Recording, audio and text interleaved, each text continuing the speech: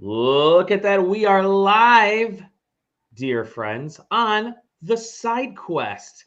Let's go into a wonderful new world of video games, video game culture, and the geeks, aka us, for Dally, shut up and play the trailer now. I'm Dolly Demosky. The person below me is Taylor Bliss. That cat over there, that cool cat is Sam. And which trailer? Horse or wolf? Horse or wolf? It's wolf. Go. Oh, it's come on. Horse a little bit. I want to talk about horse. Let's talk about horse. No, we're going to talk about horse after we watch the trailer now. For wolf or horse? Have you both seen the trailer? All right, I'm going. Hit this button. Redfall, 30 FPS. Let's go. Show that. Let's trailer. Go. Oh, here it is. The Legend of Zelda new trailer.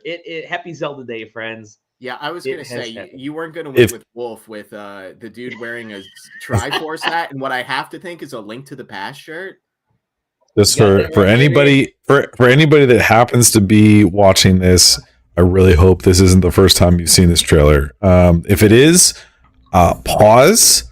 Or if you're watching live, I don't think there is anybody here, so we don't have to worry about that. But if you're watching the recording, pause and then watch it on YouTube at whatever your computer can handle at the highest definition, and then you can return.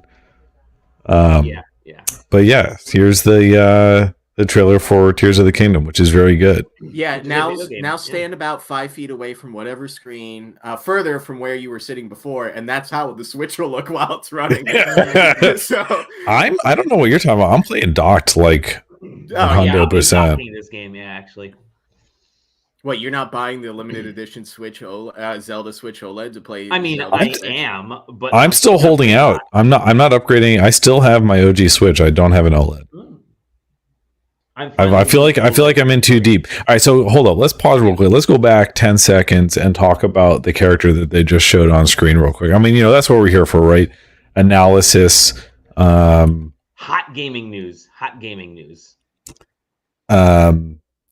So I mean, I don't want to get too far down conspiracy alley. However, I don't necessarily want to either, but I feel like the inclusion of this character is notable for multiple reasons. Coming out right here. Dally is the worst seeker of all time. Yeah, I'm just going to keep running. All right, so because that doesn't look like Ganon. No. Correct. This looks pretty. Correct. I mean, in my opinion, is Demise, which is the boss from Skyward Sword, or like the big bad from Skyward Sword. The Skyward Sword obviously being the first canonical game in the series, as far as timeline is concerned, is kind of the first evil that is supposedly, is what Ganon embodies, or is kind of that his evil is what is reborn in Ganon repeatedly. That sure looks a lot like him from what I understand, and looks a lot different than, as we will see later in the next 2 minutes of this trailer. Ganon is shown, or Ganondorf, I should say, is shown, and he don't look like this. So, I don't know. Is the I'm gonna share something real quick. Oh God, this is the tiny version. I'll just zoom in real quick here. Zach posted. This is gonna be good. It's gonna be good. Check this out. Actually, it's not horrible. There's this was in Breath of the Wild, kind of in the opening sequences when we're talking about the story.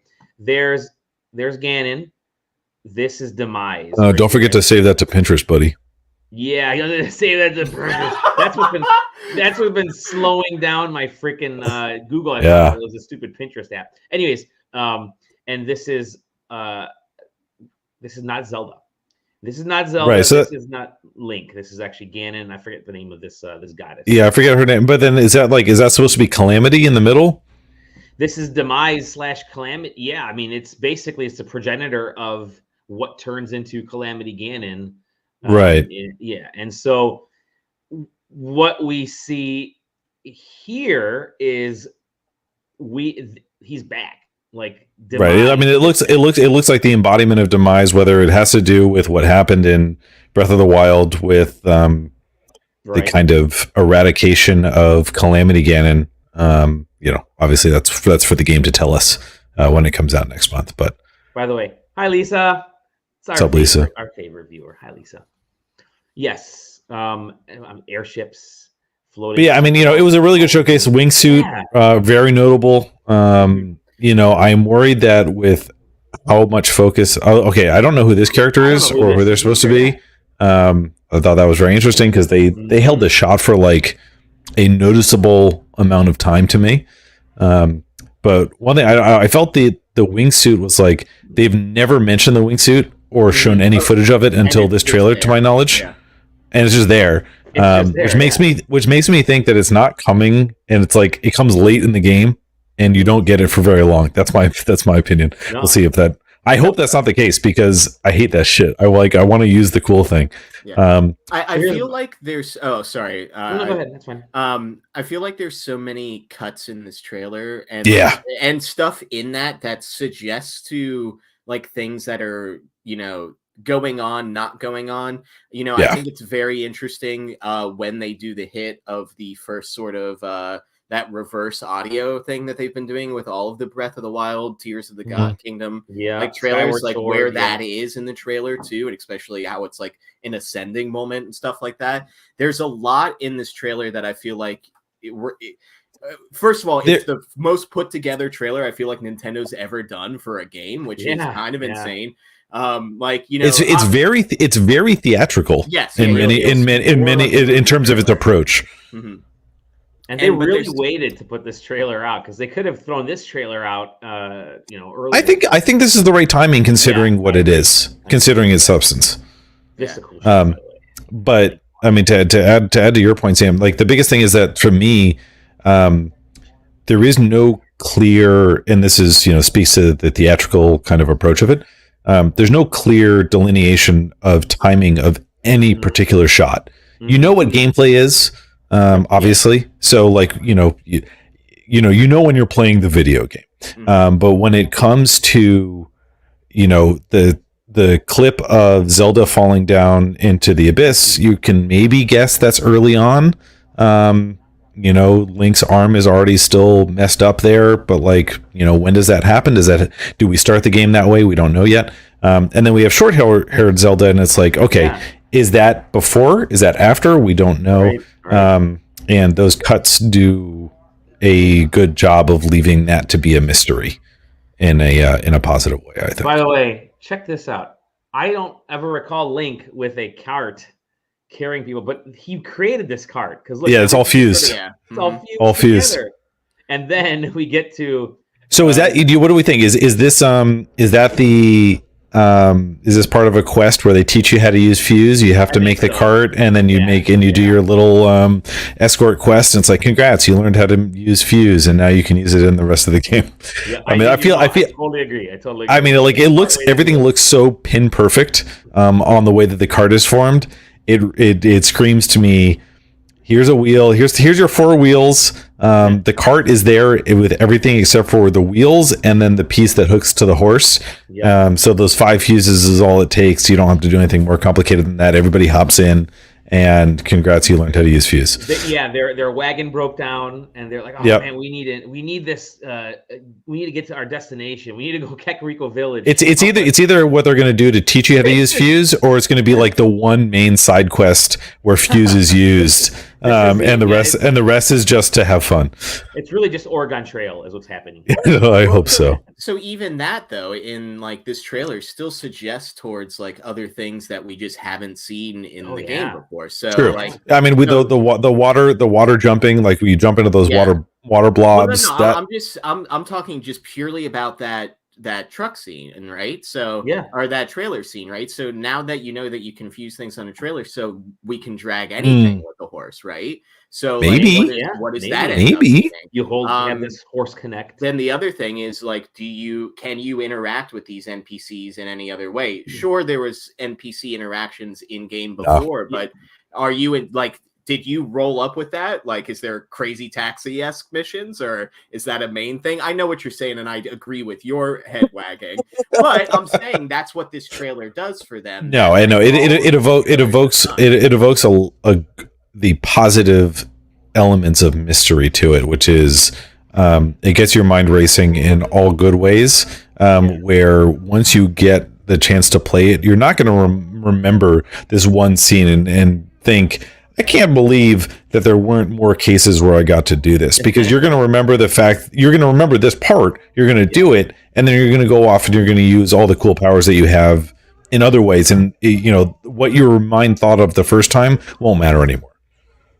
You know, what's interesting is that this is the type of scene where the majority of folks are going to do exactly what they say, which is, I'm going to put this wagon wheel and put that together and get this thing moving. But then there's going to be that subset, which is like, you know, I found a rock down the street here. I'm going to try to stick the rock onto this instead of the wagon wheel. And you know what? I found 4 squares. I wonder if I can pull the cart on 4 squares instead of wheels. And that's going to happen right away. And I think that is so cool, because, you know, there's going to be all kinds of freaking, I'm going to put swords on this thing for the hell of it. You know, there's going to be all kinds of stuff people are making, and they're going to do it nice and early. They're going to try to break this game early, and I'm all for it. Well, and I think it was Zach who mentioned during the last trailer, so far we've seen everything that they've put together has been very well constructed and very snap into place.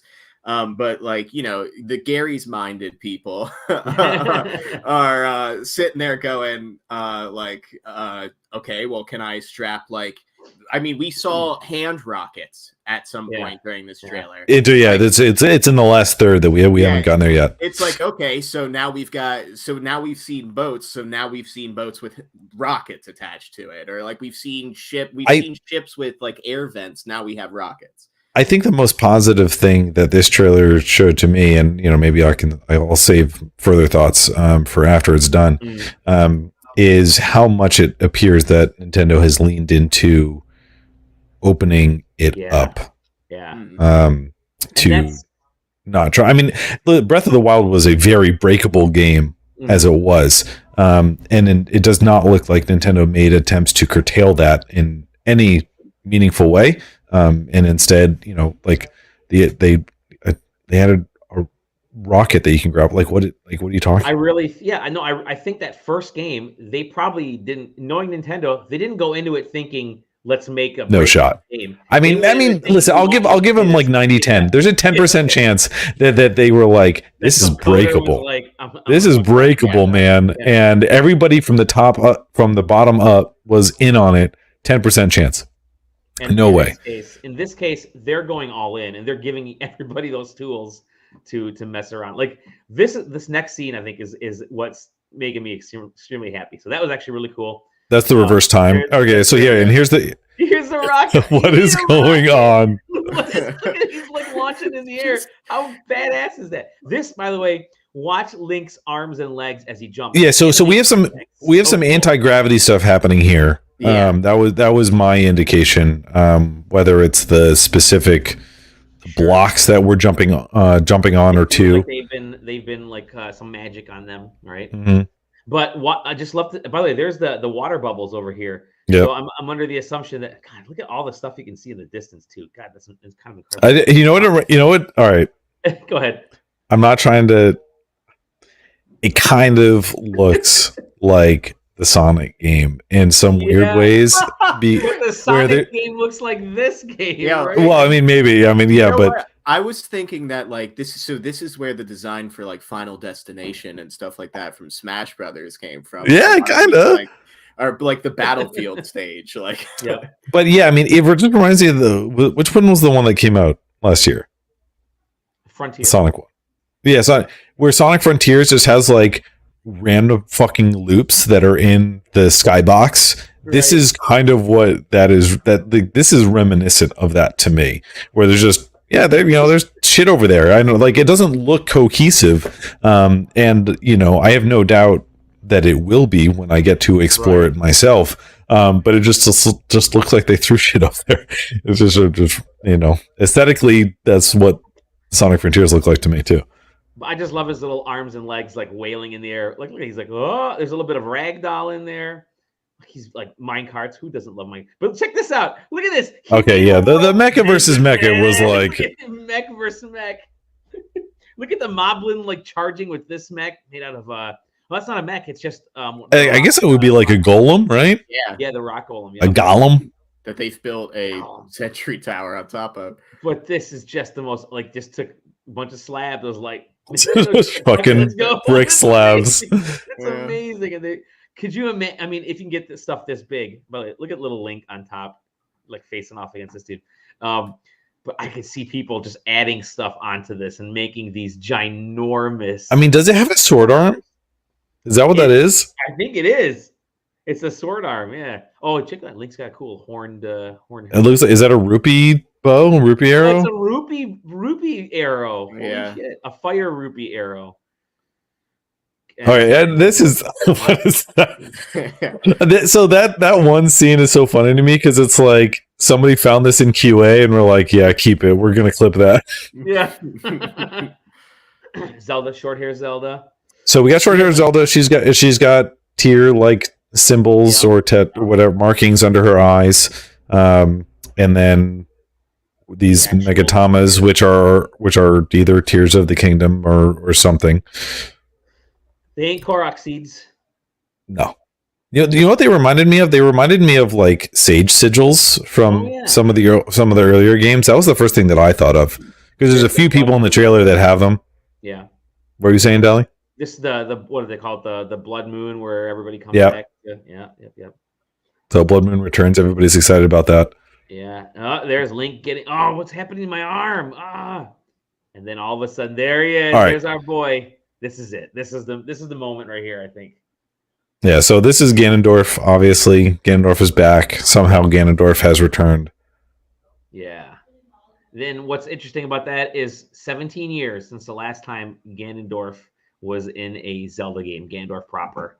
Human Ganon was in a Zelda game, which is wild to think. 17 years since the last time we saw this guy. But what's crazy? Zelda games are like 17 years apart, anyways. I know. I mean, what's crazy is because obviously I did. I like many other people, I'm sure, have done a big re deep dive into some of the lore stuff. I busted out my Hyrule Historia, and Ganon. We center so much of our understanding around the game Ocarina of Time, even though, but considering how kind of in the middle it was in terms of releases of many of the games, it was a focal point in the story, but, the most of the games that we think of all occur later in the timeline. Link to the Past, Zelda 1, Zelda 2, all occur on a single timeline after Ocarina of Time, which is just really kind of an interesting idea to me. It's not that weird that Skyward Sword went backwards, considering how recent it is, but the fact that like Ocarina was so focal of a timeline event, and how many other games came before it is kind of interesting. But yeah, I mean, Ocarina of Time being the last time Ganondorf was in a video game, one of the Zelda video games, not counting Smash Bros. Sure. Check that out, flying with the, and there's the. Right. Let me rewind. Yeah, we got the one clip. Is that all? Is that the only time she appears in the whole trailer? I thought so. Here, I think it is. Bam! Right there. There she is. Like I showed that image earlier. That's her. She's got the tears. Right, all the tears are on her. Yeah. Face. So I mean, we don't technically know. I mean, I'm sure that there's somebody on the internet who's sleuthed this by now, but as of now, to my knowledge, we don't know who this person is.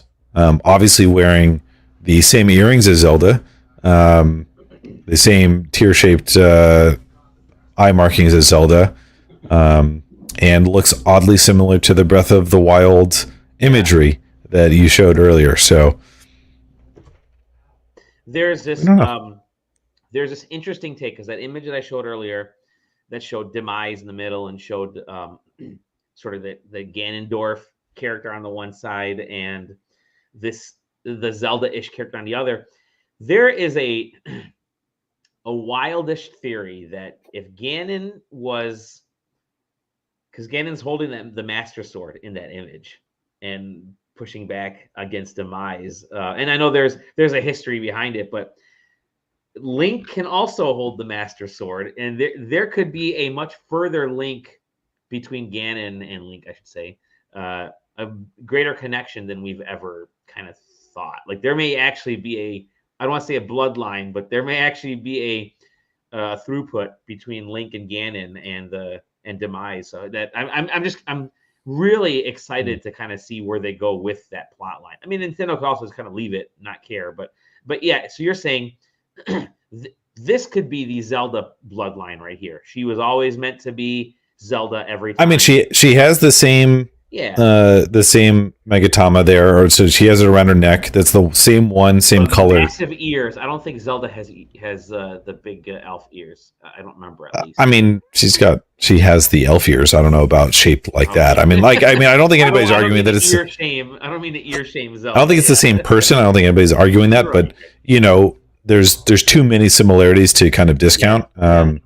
This, the Megatama is the same one. I'm assuming it's the same color, same shape. It's just that obviously it was somehow passed down to her. So there's clear lines being drawn between the two characters, and we just have to figure out what those are.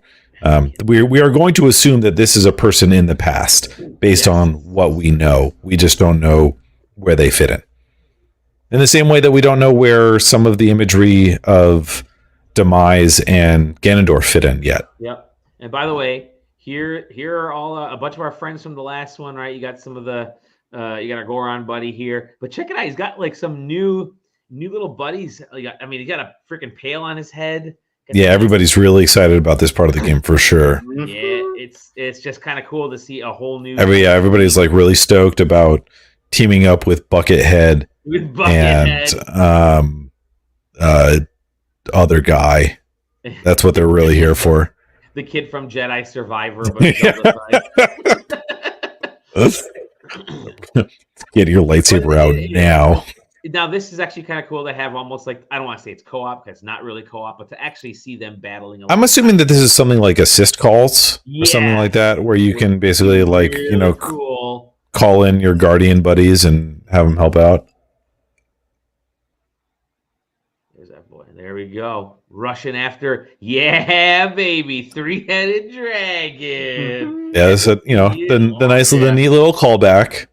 Yep. I'm gonna assume that there's a couple more of those that are gonna be that we're gonna see.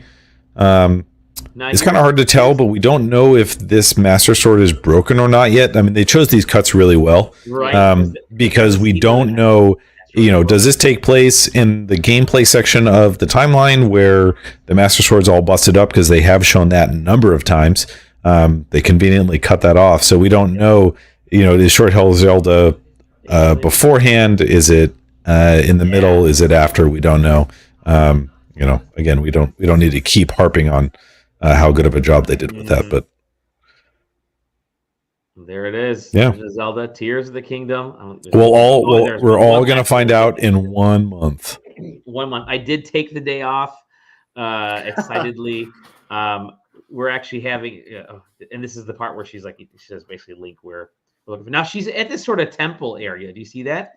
It's a temple. She's got almost like a ritualistic clothing. If you just kind of, if I can backtrack out of this, let me see, scrub back here. Well, and there's no real scene of whether she's in the sky or if she's on the ground there. Yeah. But you can see she's almost got this clothing style as if she was. But you're right, there were those earrings. Yeah, clothing style as if she's got a ritual is about to take place, and maybe this is a ritual that sort of transforms her into that other version or that other character. But yeah, here we are looking at the sky, saying, "Where are you, Link?" Nah. Link's gonna arrive 5/12. I took that day off because we have our pool is getting opened the day before, and I'm like, you know what? 2 birds, 1 stone. I can float in the pool and play Zelda. It'll probably be freezing outside though. So I would not do that, man. That seems dangerous. Don't do that. You want me to drop the? I mean, I want you to, because I want to laugh at you at all times. You got the Switch. We suckered him into getting the Switch. Welcome. But yeah, there we go. Tears of the Kingdom. Okay, are you? I'm curious now. Are you more? Did this change the hype ruling for the hype meter for you prior to this trailer? Sam, Sam, are you more hyped? Are you still about the same hype? I mean, I don't know how you take a 10 to a 10. So sure. Yeah, I mean, I don't know, man. There's as I said before, I think that's honestly the best trailer I've ever seen that Nintendo's put together. Sure. Best trailer ever. I don't know, but yeah, and I feel like it will only, I mean, prove its worth more once we understand that story more and why we're doing so hardcore cuts in there. Yeah, I don't know. I mean, I guess it gets before I was just excited to play it, but now this actually makes, like, as I said, Conspiracy Corner like drive insane in my head. So sure. That's going to be hard for the next month. But I mean, yeah, it's although I'm not wearing any of the clothing, if I had a camera, probably would be wearing Zelda merchandise, or you would see one of the amiibo figures in the background. There you go. So. What about you, Taylor? It was definitely up for me. Okay. Breath of the Wild wasn't the game for me that it was for a lot of people. Sure. I am still a certified breakable weapon hater, and that won't change. Although Fuse is going to help a lot, I have a feeling. But the one thing that I do appreciate is really overly complicated and esoteric storytelling, and also timelines, which Zelda has in spades. And this looks like it's harking back to a lot of it, and I'm obviously into that. So it's doing those things for me. Yeah, it's doing those things for me, which I want. I Breath of the Wild was the kind of game that, like, I made my way through it and I was done with it. I didn't it didn't cause me to yearn to explore the way it did for a lot of people, unfortunately. But so I'm hoping that, whether the story is a big driver for me, or if the new powers are just more interesting for the kind of game that I want to play, that something along those lines draws me in. But I have more hope than I did before, and that trailer helped a lot. As much as I enjoy, like, I loved Breath of the Wild. I think Breath of the Wild is now my favorite Zelda game, probably my favorite game of all time. I think it finally beat out Link to the Past. But what I really loved about Breath of the Wild, I went into Breath of the Wild enjoying it. For when I first, like, I didn't complete it until 3 years after it was released. I think it was 2020. Dally when I really moment. got back in. I know. Certified Dally moment. Got back into it in 2020, and I powered through and just completely fell in love with the game. And it was because of, like, it wasn't so much the powers, because I didn't stray too far from what Nintendo kind of gave you, but I did utilize the powers to, in a weird way, I don't want to say cheese my way through the game, but really make that game experience my own, because people were telling me that they had difficulties with some of the ancient beasts or whatever, legendary beasts, and they were super easy for me. And it was because, I had a very similar experience on that. It's just like, I just missed my dungeons. I'm, as much as we all talk about how much we hate the water temple, I missed the water temple moment of Breath of the Wild. Like, the closest thing we had was the Air Guardian. I think that was like the tough one. But it wasn't tough in like the way that Water Temple was tough. Like the classical long form dungeon, but also, like, the way that puzzles were interwoven with actions within a single dungeon segment. Breath of the Wild did that thing where it split it out. It's like you have your shrines, there's puzzles there. You have your beasts, there are some puzzles, but mostly action there. And action is also everywhere, anywhere you want to find it. And Koroks have little puzzles anywhere you want to find it. Yeah. And that certainly works. I just, I still yearned for what I felt was left behind.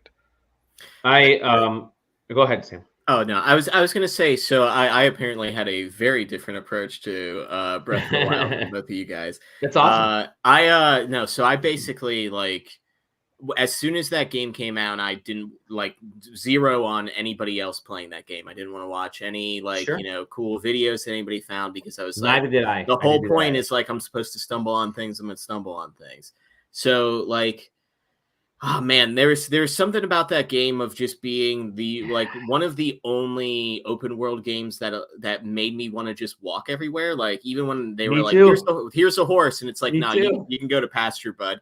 I'm walking. I hardly use the horse. Yeah, that's so crazy. I was on the horse all the time. So at some point, like once you're like done exploring an area, I would like hop on a horse to be like the best feature of that is when they added like this was the trace of what you've done for the last couple of hours. That update was so nice. Because it was like, okay, I've been through this area a lot, so I'm just gonna ride on the horse and like go somewhere else. But that was probably after like 100 hours of being in the game.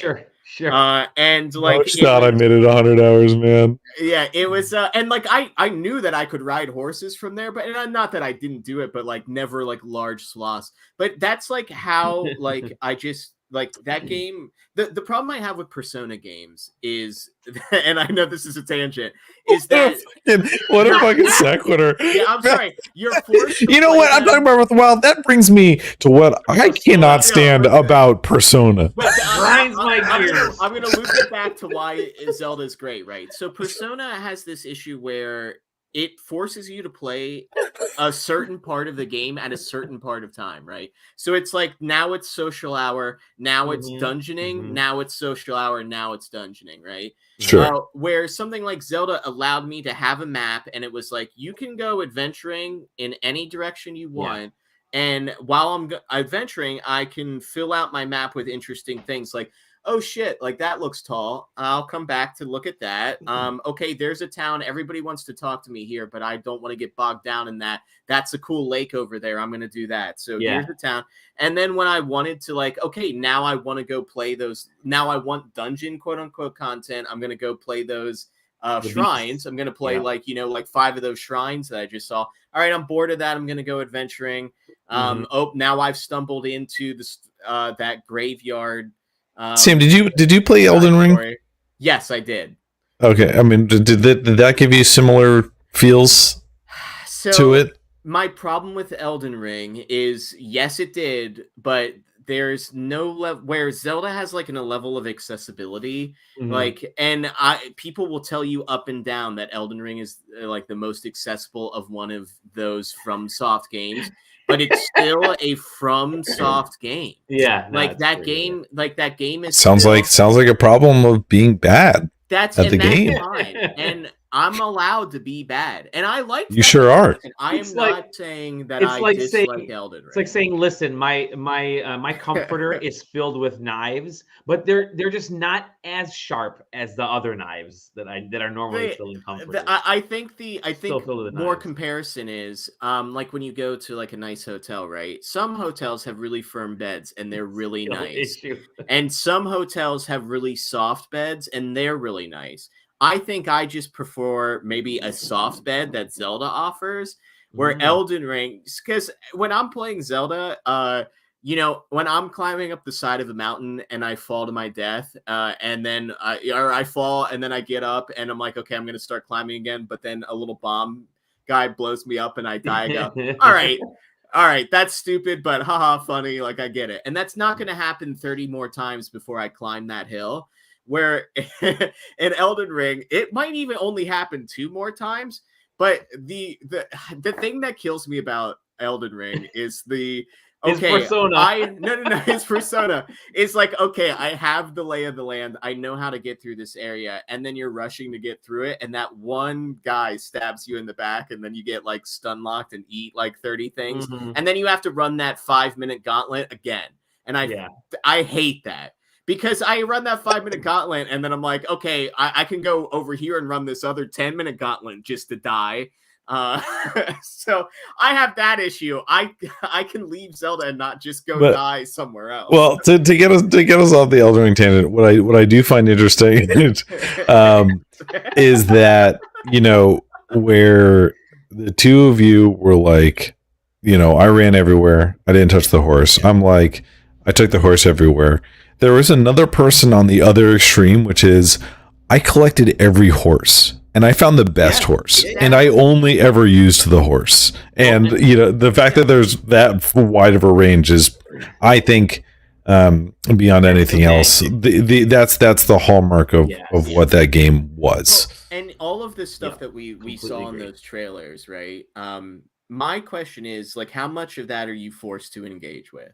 Because if you look at some of the Breath of the Wild trailers for the original, are you forced to engage with everything that they present to you in those trailers?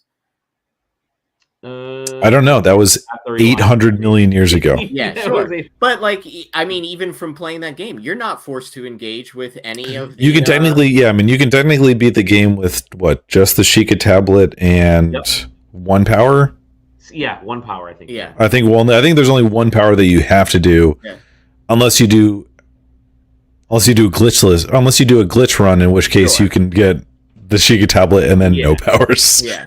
You can get that 1 power. Yeah. Are we going to be even able to do? Is that going to be a possibility in this game that you could go to the ending, in 45 minutes, and that's a presentable ending by Nintendo, not a glitched ending or something like that? Yeah, that's a good question. I wonder if they're going to take that same approach. I mean, it was 100% intentional in Breath of the Wild.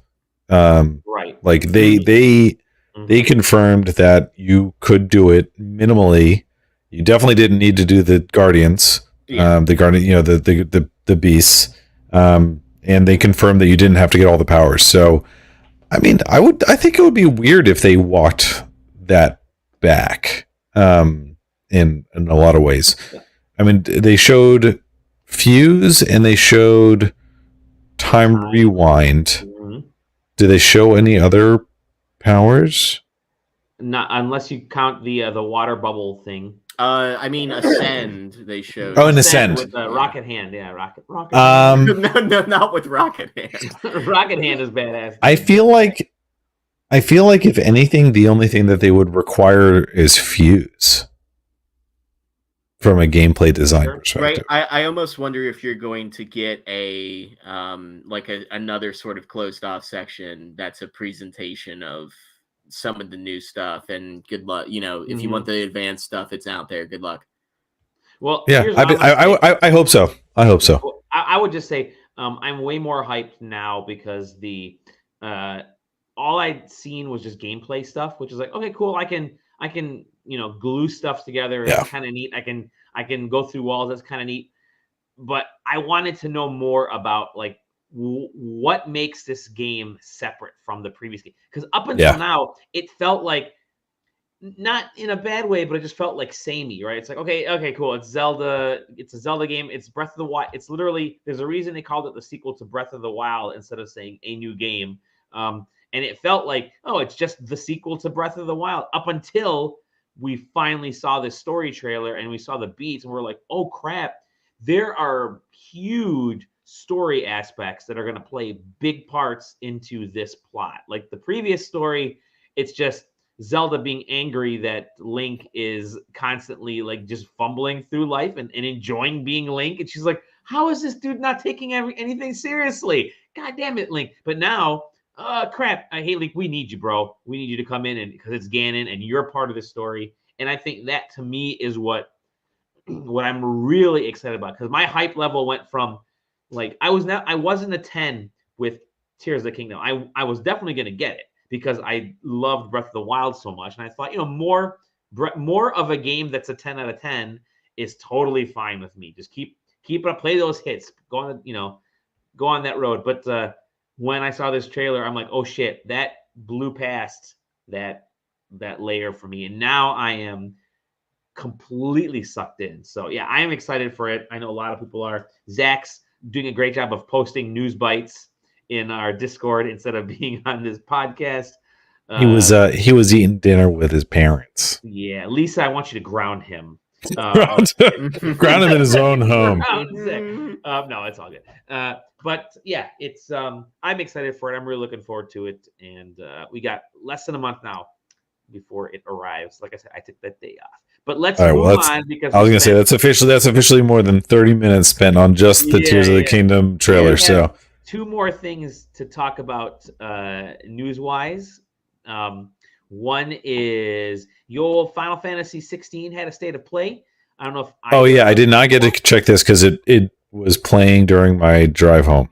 Yeah. Wait, we want to talk about this and you haven't seen it? Yeah, it's fine. That's okay. Okay. Oh boy. Did you watch it? Yeah, it's a lot. It's a lot of information. There is. It's like 30 minutes of it. Yeah, we're not going to go through the whole thing. It's okay. No. Some of the story beats, some of the big beats of this are, they really talked about the gameplay and the battle mechanics. I mean, we're really gonna spend time talking about QTE, the video game, Final Fantasy 16. Video game. Wow. But one thing that I actually thought was kind of interesting, I'm gonna see if I can find it here. I don't know where it exactly is. Was the hunting Area Stone? What is this? Ubisoft, the Final Fantasy game? Ubisoft Final Fantasy game. SMH my head. No, it's the Monster Hunter Final Fantasy game. No, there's a kind of a separate area that you can sort of take part in, which gives you side quests and a bunch of other stuff. But you can actually hunt. Job hunt board, baby, and it's sort of a location between time and space where you can get out, and it's like the world is ending. Let's take a pause on the world ending and go have fun and just hunt monsters. Let's stop all time so you can go get me this little. And that's really what it is. I mean, there's a Moogle that does that. But yeah, you can go monster hunting and take care of a monster. So there's definitely a cool little hunt board. Can we talk about the absolute Elder Scrolls moment I just had when we talked to the NPC behind the counter? No. I did. I just felt like I was talking to an Elder Scrolls NPC.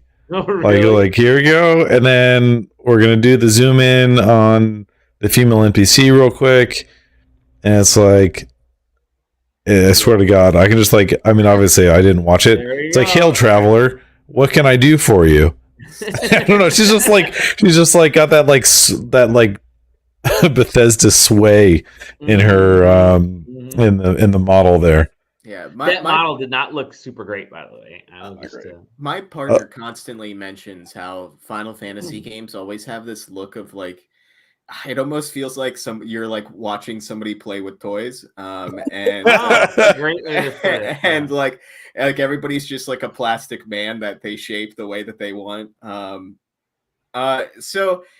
Look, I'm going to tie this back into From Software again, because I thought you were going to do Persona, but go ahead. No, I've been thinking a lot about Ninja Blade, the redone. Yeah, the Xbox 360 game from Software, published with Microsoft. And I was thinking about how it feels like more games need more Ninja Blade in them. That like they just accept that like we have this idea, it's completely silly and crazy, but like this is what video games are, and you're just gonna have to deal with it. Sure. And a lot of this Final Fantasy trailer, except for the parts we're showing, is a lot of like, yo, you liked summons back in the day. Look at these fights with I forget what they call them. Icons. Icons, yeah. Look at all these fights with these icons. You know all those weird like Louvre paintings that Final Fantasy has, and you have no idea why they have those on their boxes and in like all of their posters and logos. Yeah, what if our icon battles were Panzer Dragoon there you go. segments instead? That stuff came from. Like it's like it finally feels like that like Phoenix versus the Icon of Fire, which is super high fantasy nonsense that they had all the way back in the NES with like dragon skulls as armor and stuff like that. Yeah, it's like now they're finally like achieving that dream, and they're just going whole hog with it. It's like no, these icons actually take up entire like what would be U.S. states for their battles. And we're just gonna make it happen. Rhode Island, okay. Yeah, and then Island. Also this one's Panzer Dragoon. This one is apparently a fighting game, maybe. This one's a twin stick shooter, maybe a mech fighter. Like why not? It's Final Fantasy VI with every character had their own remember one person was a fighter, and you actually had to put in the stupid controls. One person could disappear and hop in and stuff. That's what this game is. Final Fantasy 16. It's what if every move was Shut Cloud's, up. what if every mood was Cloud's was Sword Break or Limit Break from Final Fantasy VII? It's every move is that. So the big question for me, go ahead. No, I was just gonna say. I mean, that it's we need Zach here, but so I'll try and fill his shoes in at least a tiny bit. It all kind of harks back to the comments that at least that I'm aware of from Yoshi P, which is, we don't think that people necessarily want to play the game that we made 10 years ago or 20 years ago. And so we're going to try and make a game that we think that they want to play now. And apparently this is what you get when they listen to that vision of it. I mean, I just can't believe that it's literally Panzer Dragoon happening in front of my eyes right now. So you mentioned the during Tears of the Goddess, like where hype levels were for that, before and after these trailers, effectively. And I can tell you that in general, my Final Fantasy excitedness is probably at a 2 for the most part. The most excited I've been in a number of years was Chocobo Racing, and I still haven't played that. So you got to play Theatrhythm, my friend. So and I think that's a great game, but my mind for some reason doesn't believe that's a Final Fantasy game. It's like I'm playing a Final Fantasy soundtrack game. Okay. Right. It's not a real Final Fantasy game because you could put other music in there and I'd enjoy it too, I think. But I'm maybe at like a 7 now. I'm all for this. Like I watched this whole video and went, is amazing. Yeah, the absurdity is amazing. Because even they are choosing some fucking clips for this. Yeah, they are. They showed, I would argue, too much content. There's a little much. And they said that there's still content to show. So it's funny because Zach.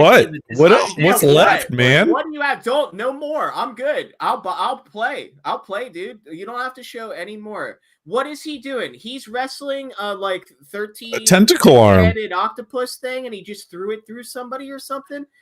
What's like? I'm on board. Ninja Blade me out, bud. I'm ready to go. Was that Knights of the Round that he was just fighting? Maybe, yeah. Dude, he just did 2 million damage. And that's the other thing too. Like, I think that at some point they show fighting. So two comments about Final Fantasy here that still is insane to me. So they talk about like developing this character throughout like, his lifetime, right? So his teens, his 20s, his 30s. Right. And like almost immediately they show excellent footage of him running from the battle, by the way. Yeah. That they're including here. Yeah. Well, that was them showing allies. Okay. Yeah, so I'll give them credit for that. And then we go into an explainer of the doggo. Yes. But oh crap, I lost my train of thought. But so first of all, immediately when they're like, here's this, here he is as a teen, he's already pulling out like JoJo Bizarre Adventures level of anime moves, like almost immediately, and you're like, okay, cool, rad. So apparently it's only gonna get crazier. Oh my god, the ragdoll. Yeah, it's only gonna get crazier from there. And then the other thing is like, you see where it says combo off to the side here? They are like going full Call of Duty with like, aerial combo, aerial burst, down blast. Call of Duty? There's some part, there's some point, or like there's the call out like XP like kind of gains, but it's off the side there for combo. I mean, but just go with the easier but go with the easier one, which is Devil May Cry, where they where we have the actual one of the Devil May Cry combat directors on the game. I hope I can turn that off because at some point I burst out laughing because there's like a cutscene that plays out basically, and then they must have hit like one button at the end, or it just finishes and it goes cinematic shot or something like that. And I was like, oh, for Christ's sakes! Like, imagine you press the right button, it's just like cinematic triggered. Yeah, cinematic sugar. It was insane. So like that's the only thing is like, hey man, I don't need to know how sick I'm doing off to the side when it's like literally just I'm supposed to be doing this. This is me connecting attacks for your RPG. Give me the number counters. I want to see that I do 2 million damage. If I've been hitting them for like 1,000 and then I hit 2 million damage, let me see that number. I want to see that number. There is definitely them trying to take what they're seeing that's popular with stuff like From Software stuff. Oh, interesting. Things that. Oh yeah, no, we're treating this as like as a real combo game. Yeah, and I mean they're learning a lot from all of the stuff they did with 14, some of the unsuccessful stuff with 15, which apparently no one will mention that game ever again. And what's popular with this, which the crowd that I think they're aiming for, which is the Souls crowd. So, you think that's what they're targeting? I think they're trying to expand into that Souls crowd because that's something that has been sort of missing. Like Final Fantasy, the fan base has hit a peak with Final Fantasy 14, right? Final Fantasy 14, they got the MMO. That's who is that Final Fantasy person. But they need to start reaching out. They need to start bringing new RPG folks in. And in my opinion, trying for that Souls-like, and Zach's not on here, so that's good. I can say this stuff. But trying for sort of a Souls-like crowd, or at least putting some elements in there, I think is. I don't think that's it. Well, for me, I mean, like, what part of this feels Souls-like to you? It's just there's the amount of information on the screen that I see all the time is almost Souls-like to me. But for me, I gotta stop you because I think that Souls has like a negative amount of information about it. Yeah, on all times, there's like on everything. No information. I gotta say that we gotta go back to where I've got DMC level amounts of information on the screen at all times. And I don't think that they're trying to capture Souls in almost any way. I think that if anything, we want fast-paced combat. I want combos that feel good, that aren't 800,000 frames long like they are in Souls. And so we got the guy that made Devil May Cry combat, and apparently somebody. I mean, how much from I have working at Capcom for that long. How much about Monster Hunter did he also know? Because obviously we got some influences there too. And that's what he screams to me. A big portion of this presentation was about accessibility and how there will be these rings that will allow you to basically curtail the action into something that's more manageable for you. Yeah. So interesting. Including up to accessories that will a perfect auto dodge for you every time. So that sounds fucking sick. Yeah, and they this is the most anti-Souls comment that you could have made immediately after Dali's point, which I appreciate. They made a point to mention that there is a story mode option that turns all those accessibilities on by default automatically, and then you can scale it to your liking, and that's available on either side. But that's just I think their bigger thing is Marlboro sick. Yeah, this is what I'm talking about. He's like, I'm a young kid, and then all of a sudden he goes into these. He's immediately the first one. Time to go sicko mode. It's just wild. But is it right here? Oh, there's a shot that says like cinematic hit or something like that. All right, hold on. I'm watching. I guess. Yeah, but so. I think they're just trying to cast, basically as far on the RPG net as they can. Yeah. That's what I'm trying to say. Bring in those, technical nerds with your sort of, game. Oh, it's right here. It's after this one. QTE, the video game. Cinematic Clash. It's bringing them in with that whole family chart and lineages, and the super deep lore historian RPG fans are gonna lose it just with the lore of this game, not tied in with the rest of Final Fantasy as a whole. You then have the action RPG guys that are going to be able to, possibly push combat to a Souls-like level. I think probably a more manageable, at times more difficult than, a B. It won't be. It's just like looking at how fast everything is and the way that everything's set up.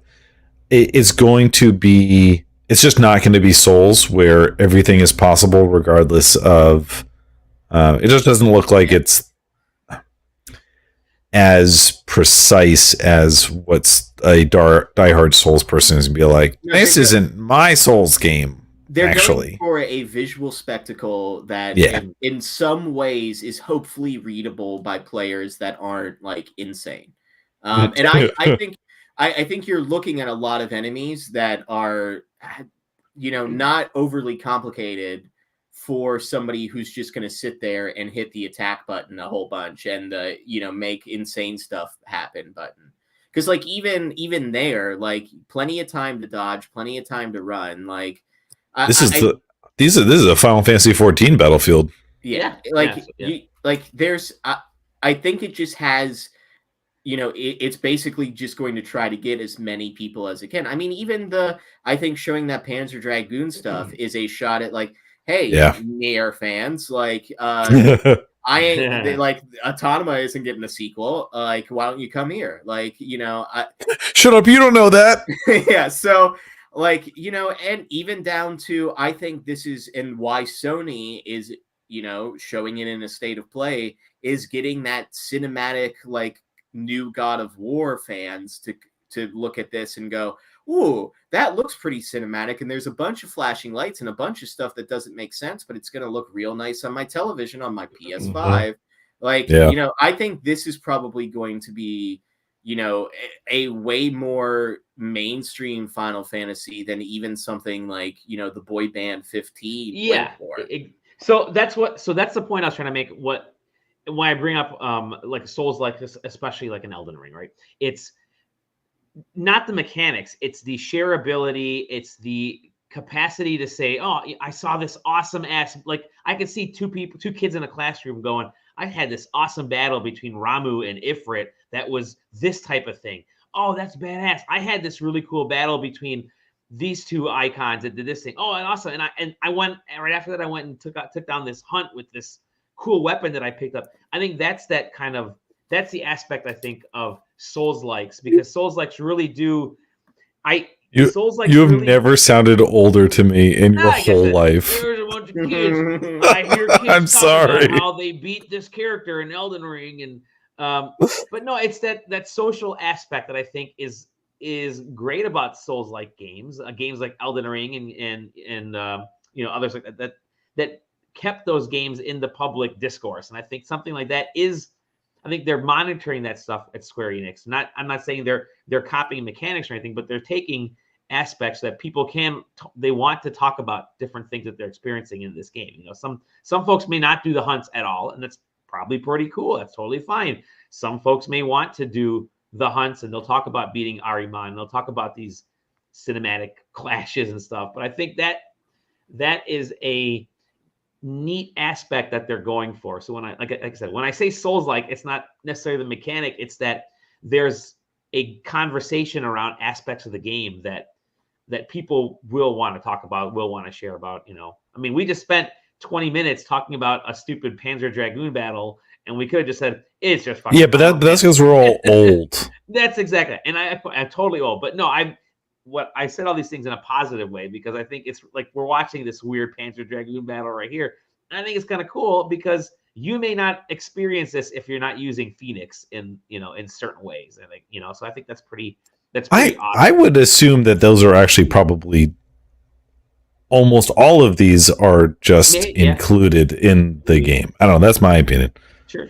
Anyways, I'm on Sam's level. I went from like a 2. I was gonna pick this game up. Went from a 2, but now I'm up to a 7 because it's just like there's so much absurdity and so many cool things going on that I want to experience all of them. I want to know why this dude is running. Yeah, I mean, I'm going to go back to what Sam said, which is the fact that like I want to play a fucking video game, dog. Yeah, that's what this is, baby. Yeah, that's the thing. I think what this comes down to is this game looks like it's going to be a video game that's going to rip. I can't wait to tell you guys about the video game that I've been playing. Well, we should get into that. Yes, yeah. Stuff. Yeah. Anyways, Final Fantasy 16 coming out June. Will I complete Breath of the Wild 2 or Tears of the Kingdom, I should say, before then? Probably not. No. But I'm still going to buy this sucker. No shot. Yeah. Absolutely massively. And then So glad I don't have a PS5 and I don't have to think about it. You're very lucky. There is one last little bit of news that was completely unexpected. And that Suicide Squad is delayed. Oh yeah. Yeah. Came in fresh, baby. Yeah, this wasn't too surprising. I think the biggest thing that was surprising to me is that they didn't just do this from the outset. I know that Schreier posted later, or I should say more recently, that it is likely that Spider-Man 2 is coming in November, and that also contributed pretty significantly to pushing this. Obviously, Suicide Squad recently had been pushed into that time frame, and putting the two of those games up against one another is a surefire way to lose to Spider-Man 2, going because it is the sequel to the critically acclaimed game that also then recently sold a pseudo sequel in Miles Morales, also sold really well on PC. You don't want to go up against that. But it's, at the same time, like they knew that or at least they should have known that, if they didn't, when Spider-Man 2 was probably coming out. And they should have just eaten the bad press all at once. Oh, that's my opinion. I don't work in the industry, and I hope that they've made the better choice of the two. But yeah, it's well, I mean, who knows? Maybe is this enough time to change it? It's probably still going to be a gas, right? Yeah, it sure will be. Yeah, I mean, I don't see them changing it being a games as a service in this amount of time. And not in 6 months or however 8 months. It is. Man, I don't see.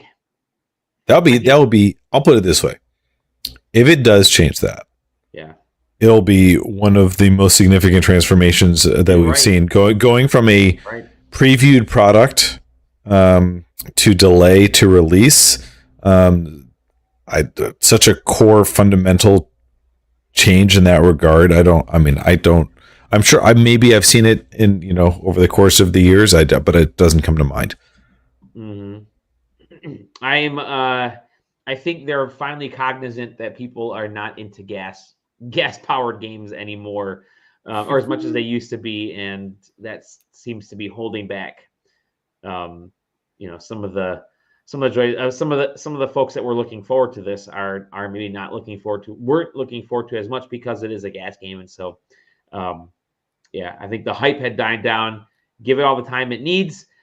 How do we think it's actually going to launch in February? Because by now it's been delayed like 3-4 times. I don't even know how many times it keeps getting pushed back. I think that probably depends on what else gets announced to release in that month. I was gonna say, if we're going to use Spider-Man as a useful excuse to delay a game, they'll come up with something else that comes out then.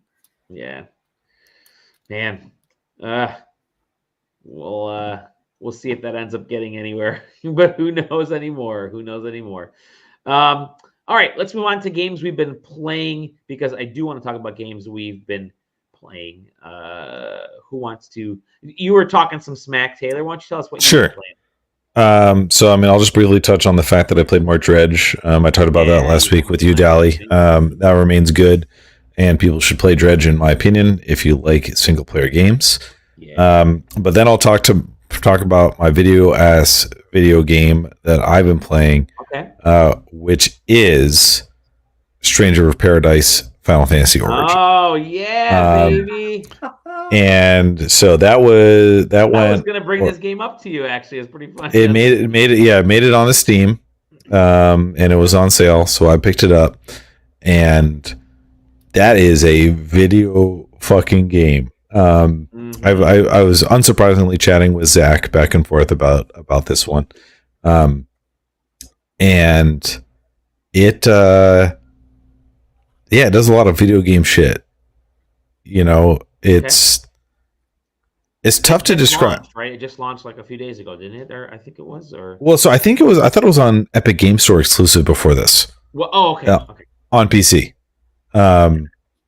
If I'm not mistaken. Don't quote me on that, because I have been wrong before, and today would be no exception. But yeah, so so Stranger of Paradise, Final Fantasy Origins, pseudo retelling of Final Fantasy 1, right?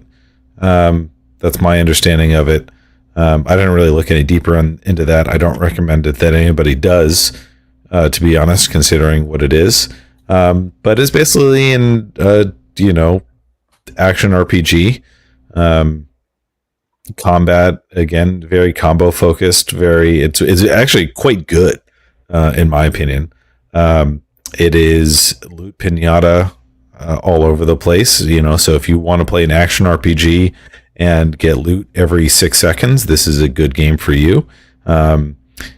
If you want, so to go back to what I was talking about when I was talking with Zach about it, they made an error in PR campaign about this game, which is the fact that this game is a comedy. It's funny. It makes fun of how kind of bland Final Fantasy 1 was as a video game. It's crazy to think about. Exactly. I'm talking about in retrospect, right? Obviously, when it when Final Fantasy buy the pixel remaster, please. Yeah, right. Of course, naturally. You go back into that brief moment in time. Final Fantasy 1 is a triumph that seems almost impossible, considering what it released against some of the other games of that generation. But there's some just real fucking doozies. The first scene is kind of like a weird, it's out of place in time. You fight a boss that comes later really quickly with gear that's better than what you start the game with. And then the first scene is a cutscene where Frank Sinatra plays for 45 seconds, and then you go into the tutorial. And you're just like, what? I don't understand what's happening. And all the memeable moments where kill chaos over and over again, funnier in context, actually. All of your allies trying to gas you up so that you can turn everybody to blood shards is very funny. The one that got out there a lot where you think that you found chaos and it turns out to be a girl, and she gives her story, and then he says bullshit and then walks out and puts his headphones. It's very funny. And it's just a shame that wasn't captured. I mean, I guess that probably would have been a tough sell, to be quite honest. But yeah, so I think I'm 10 hours. Final Fantasy, yeah, in many ways. So 10 to 15 hours is where I'm at on Strangers of Paradise so far. But yeah, it's a lot of fun. You go out on these little. I see portions of this game in Final Fantasy 16 just on the brief piece that we saw. I agree. It's all mission based. It's all, you can go back, you can replay a mission anytime. There's obviously a story that's there pushing you forward the whole time too. But it's you level up each job. The job system's pretty sick. Combos are good. The level up is always constantly rewarding. I probably see myself seeing it through. That's cool. Yeah, that's what I've been playing. I've had this game on my shopping list for a while, and it keeps dropping. I think it was at $29.99 at one point, and came very close to purchasing it on several occasions. But me with my stupid backlog. Yeah, I mean, it pick it up when it hits your price. It's one of those things that you'll probably forget a few of the combos if you stay away for too long, but you can always go back. An average mission is probably 20 minutes, maybe. It's between 20 to 40 minutes, I would say. If you're fighting a boss, the only thing that if I had to discredit it for anything, it's the bosses have a significant ramp up in difficulty compared to the rest of a level. If you're going out on a brand new mission, there's probably a boss at the end. I can go the whole mission without dying, no problem. And then I'll probably die about 6 times to a boss. They're just significantly more difficult by comparison. They require you to either pick certain jobs, or they are just more susceptible to certain jobs, and they're just a little bit harder. But otherwise, yeah, I don't know. I like the game. It's fun. Cool. And have you tried it on Steam Deck? I have only tried through Steam Link. Got it. On the deck. I did not install it natively. But I will say wireless, and this is a low latency game. It's fucking you're hitting combos, and wireless remote play has been fine. Good. Okay. Cool. Good. Well, nice. I'll be I'm interested. Sam, I know you're speechless on my rendition, my description of Strangers of Paradise. It's interesting that you say it's a comedy because, as you mentioned, like absolutely none of the marketing was that this is a comedy game. And you know what? Square Enix still might not think it is. It's so hard for me to believe that it wasn't meant to be, because like the cuts are so sharp. It's like literally it has to be intentional, right? It has to be. This whole person goes on to this explanation of what they thought chaos was, what chaos is. They sacrificed themselves for it, but it turns out that the chaos was just what's in our hearts. Bullshit. Boom. Hard cut, music starts. You're just like, how is it possible this wasn't meant to be anything other than this? It can't be. Yeah, and I think that's the problem, or at least like where the sort of like, drop off for me is the thing about Square Enix is anytime I see something from Square Enix, I have to hold true that they are 100% serious about what they're putting in front of me. Like that's just been the way that they have like always done business, I feel. Down to Final Fantasy X, that's like, basically a mid-2000s pop album. Like, Final Fantasy VIII, like, if it had released maybe a year later, it would have been like just an emo fairy tale. Like, there is like they are but they want you to take every single second of what they're presenting to you so serious. And I get that, like, and I think that's like why the ninja blading of 16, I'm all for, because because it is doing that, but 100% wants you to be like, I'm roller skating on the back of that snake and dodging what appears to be like giant nails it's putting into itself to try to kill me. But I'm also getting cinematic clash over here in the side, like, hell yeah, brother. I love that. Baby. And like that, like, I played the demo of this game. And I agree, when I was playing it, like I felt like, it feels like you want to talk about a more accessible Dark Souls game. It feels like a more accessible Dark Souls game, although it's just more of a third-person action game where death is a possibility. So like, it's one of those things where it's like, I would love to be interested in it, because I have always found the sort of offshoots of Final Fantasy way more intriguing than I find Final Fantasy. I would say wishlist it. I'll close with the final one that sticks out to me. So in Stranger of Paradise, all the characters, I mean, I'm pretty sure it's like there is a kind of slow tease of a greater story about how the characters are there, what's happening. They make it very obvious that they don't remember everything, and the memories have been replaced with an unyielding desire to kill chaos. That is the thing. It's not just Jack who wants to kill chaos, although his is like most notable. Like there's this dark elf character who was in a bunch of the trailers that we saw, who's like, I can explain more about the situation if you want. Jack is like, no, I am here to kill chaos, thank you, and you just go on. But the characters, the four of them, are having a conversation about their memories and how fucked up they are, and about how they don't remember a bunch of stuff. And the one character who just joined the other three is talking to Jack and goes, like, what was the thing that was important to you before you got here? And then he just goes, beats me, I forget. Dude, it's just like literally the way that the lines are struck. I mean, I'm not going to do a good job, A, because I'm not reciting it perfectly, and B, because I can't recite it.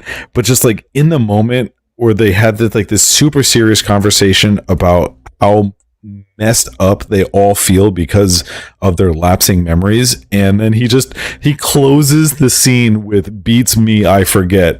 And then boom, it cuts, it ends. And I don't know. I don't. That's the video game to me. Love it. Love it. Yeah. No. What have you guys been playing? All right. Well, I'll go quickly because I've also been playing a Square Enix game, and also Octopath Traveler 2. Not yet. Well, in a way, I've been playing a precursor to Octopath Traveler 2, not Octopath Traveler 1. Live Alive. Live Alive. Playing this baby. And I figured, you know what? With it, is it Live Alive? It's Live Alive. With the imminent PC release, I figured let me actually get through my Switch version, which I bought last July. It's such an interesting game because it's not a traditional RPG. Now there are traditional RPG, like turn-based RPG elements, but I'm gonna quickly go through this. So essentially, what this game is it's a series of come on, get out of there. It's a series. Is it like series of RPG vignettes? Yes, it's a series of. I was gonna say that series of RPG vignettes that take place over 7 different worlds, or let me rephrase it: 7 different time periods, and there's more afterwards. But prehistory, Wild West, ancient, ancient Japan, modern day, near future, ancient China, and then there's like far future. And so those are like the 7 that you kind of start with. You can play any of those in any order that you want. Might as well play them in just chronological order. Just give you the heads up. But play them in any order. And there's this theme of this sort of demon that starts appearing in each of these little vignettes. Now, and that they eventually, the goal is they eventually tie together, which I'm not actually at that point yet. I've got 2 more chapters left. I've gone through a bunch of the chapters. I've gone through all the major chapters, and I'm on the bonus chapters. And there's sort of this prevalent entity that's kind of popping up here and there in each of these, which happens in Octopath Traveler, but they don't really resolve it outside of, you could go to this bonus dungeon and do it if you want. But in this game, there definitely is this sort of tie a little bit later on. But each of these vignettes functions completely different, where in Octopath Traveler, it's just a turn-based game. Once you learn the first 2-3 battles, the whole game is like that. Not so here, because the prehistory one here, there's turn-based battles, but it's because it's set in the past, there's no like text. Everything is done through like all the characters interact with each other through like hand motions and movements, and you're trying to piece together the story of what's happening, which is very common story at this point. Remember, this was from the 90s of this kind of beautiful cave girl that's been kidnapped, and it's up to you as her cave boyfriend to rescue her. And you have a gorilla as a friend, which is kind of cool. So and there's, by the way, there's kind of the main bad guy demon in the first, his first iteration.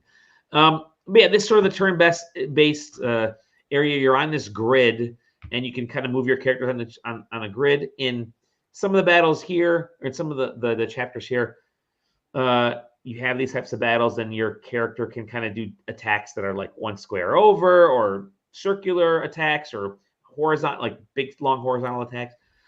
So you're managing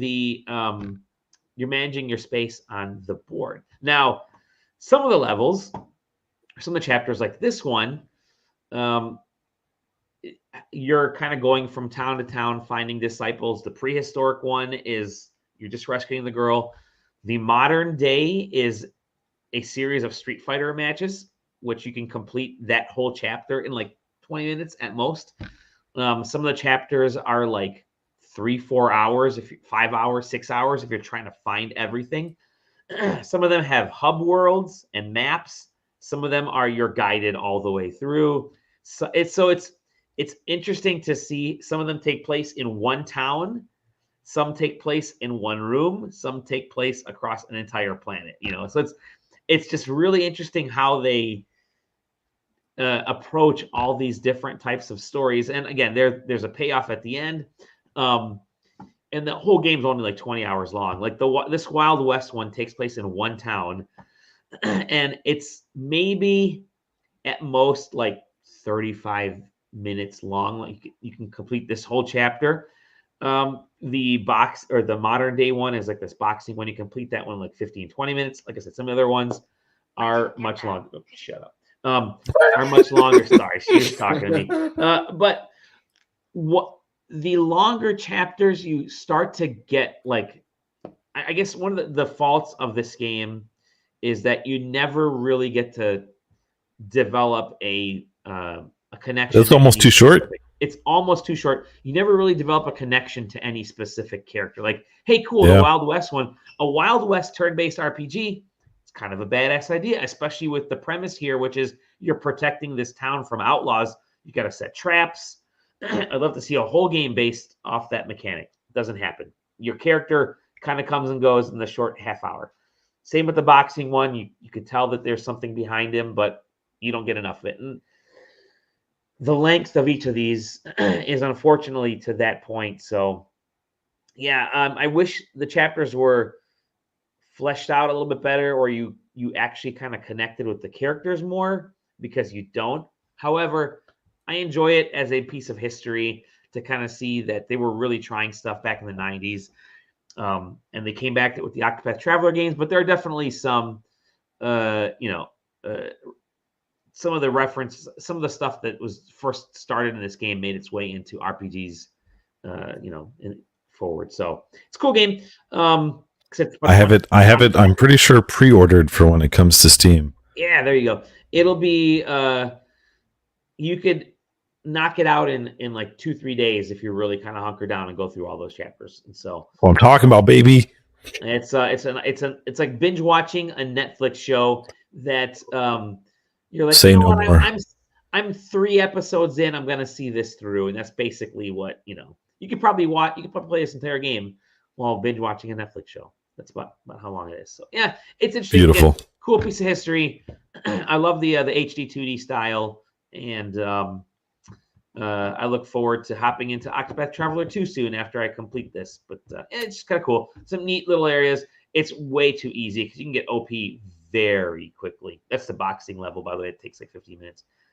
Get OP very quickly. Oh, it's kind of funny. There's this one level, which they're kind of showing. They kind of show here is that you're a dude in kind of near future Japan, and you get to pilot a big ass mech. You can see him right in there. Pilot this big ass mech, and you just kind of run around town with this Titan-sized, kaiju-sized mech, just obliterating enemies and like planes and gods and stuff. So it's kind of cool from that standpoint. So yeah. Anyways, Live Alive, again, piece of history. I'm getting ready for Octopath Traveler 2. So that's basically what I've been playing. What about you, young lad known as Sam Cat? Oh, honestly, if we're being honest, not a whole bunch. I mean, I've been, I'm always playing some form of a driving game. Currently, it's been a lot of Gran Turismo. Okay. They have these sort of like weekly time trials that you get credits based off of your performance in relation to the like worldwide best time. So if you're like, less than 5% off the time, you get a certain amount of money. If you're 10% off the time, yada, yada. So yeah, I've been messing around with that, trying to get myself in like the gold splits or like the silver splits. Sure. When those stuff comes up. And then also like actually trying to go into the sport mode and do the sort of, they have, I wouldn't call it like a race weekend because you don't really get like practice. It's more of a like one-shot qualifying and then into like a sort of 20-minute-ish race, depending. on the track and the distance and stuff, and usually a set car or a set parameter of rules. So I've been kind of experimenting with that stuff. Especially like it's nice to have a committed like, okay, I've got an hour to sit down and play, and like in 10 minutes this thing starts up and it's going to take me exactly an hour. Sure. So like my gaming is going to be this like race weekend session. And if I rage quit, well, then that's it for video games tonight. So don't get mad at yourself. So I've been doing a lot of that. And then also, I've been kind of like trying to find something that I'm interested in playing before Zelda, because now this trailer like really set that off of like, yeah, I know, dude. I'm like, telling you, literally that's why like I got Dredge, short indie game, and Stranger of Paradise, like fulfilling 20 to 30 minute at a time. Like I don't care if I take a break game. Like that's the thing. Like I can't watch that trailer nonstop for the next like 3 weeks. I'm not game explained, so I'm gonna need something to do. So I don't know. I started playing Cult of the Lamb again. Nice. Because I was like, I started thinking about Devolver games, and that was like the first one that seemed like readily available. So I'm playing through that. I thought about actually committing and running through Death's Door fully. That was another one I got like kind of partially through, and I was like, okay, I get it, and like kind of like went on to something else, but I could see myself now, needing kind of. You probably don't have nearly as much to go as you think. Probably not. Like, my partner today. Did you ever finish Breath of the Wild? No. I asked her, and she goes, "No." I got to the Ganon fight, went to the end fight, went, "That's it, I'm done." I was like, "So you didn't see the end?" She's like, "Oh, I saw it when you beat it," and I was like, "Okay, great." It works. Yeah, but yeah, so I think those are probably the two. I mean, Cult of the Lamb. I feel like honestly, have we talked about it a bunch on this podcast? I don't know that we have. I mean, for a while as well. Yeah, well, and I talked about it because I played and beat it on PC. Yeah. Like just restarting it and just like how like sort of like a lot of like hand-holdy at the beginning, but also like a lot of like also like kind of just make your mistake here, and we'll use this as a teachable lesson, and then once we've taught you, then the safety belts are really coming off, so good luck out there.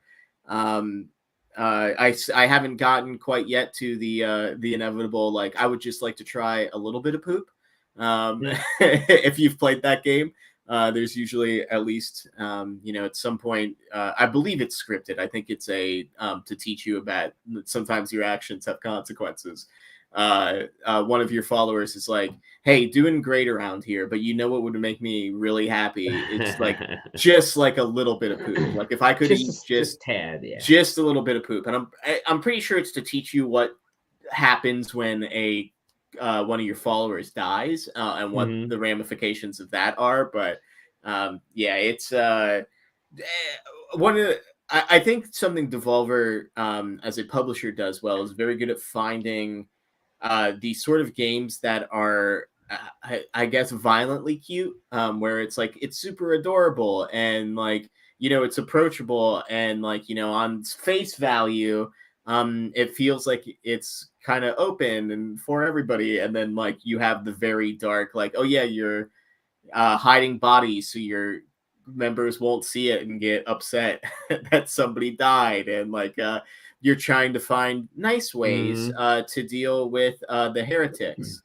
and stuff like that. So I don't know, it's very like cute and fun, and like it feels like the perfect thing to be playing alongside listening to your favorite like murder podcast. SideQuesting, your favorite murder podcast. Yeah, same. Yeah, so yeah, experimenting a little bit with that. And yeah, I mean that's pretty much it. Other than I have also, and I want to do it a little bit more before we talk about it on the podcast. I have after our long wait in line at PAX East, I have dabbled in playing Pokemon the card game. Yeah, my dude. Again, including buying sleeves for my original Wizards of the Coast Pokemon cards that have just been sitting. I shit you not, in the collectible Grand Theft Auto 5 lockbox that came with the collector's edition of that game back in like 1997 Nice. or whenever GTA 5 came out. It's wow, Pokemon cards can get expensive real quick. Fortunately for me, I know my local gym leader. He actually occasionally helps us at swim meets, so really good. And what's so funny is he has for the longest time knows I played like Pokemon games, and he has been trying to get me to go to their like every third Saturday of the month like meetup at this comic book shop. And like sometime during the summer, I'm just gonna show up with like a deck to battle him. But like I haven't quite yet told him that I have started playing Pokemon the trading card game again, and he's gonna lose his mind and be so excited about it. But you can go to the store and buy a pre-made deck. And those can range anywhere from like $19.99 to like $53.99. And that's if you're not counting like the like rare like Charizard trainer boxes that can go for like $100 out the door at Walmart. Some of that stuff is crazy. And like the idea, like I'm never going to go out and buy like, a 10-pack of booster decks and be like, oh boy, I really hope I get this guy. But like being able to buy like a Mewtwo deck and a Pokemon I cannot pronounce named deck, to know that those two are good to fight and battle against each other. So my partner and I have, a way to play, and I never go into public and never play this with anybody else but the few handful of friends that are willing to play when they come over. I actually enjoyed it at PAX East. I was surprised. I'm like, you know what? Problem, it's actually kind of fun. I was so worried that it was like, okay, to get the pin, you're gonna have to battle one of them, and I was like, oh man, I'm gonna get my ass. The actual gym leaders there, to do this, and it's like, no, it's an educational thing, and I like got done playing, and I was like, oh, they give me cards. I can't wait to play with these cards. I was, that was a problem. Maybe them having just like marketing tools at these events to sell you products is a bad idea. Consumerism, a bad idea every time. If that's one thing you take from this.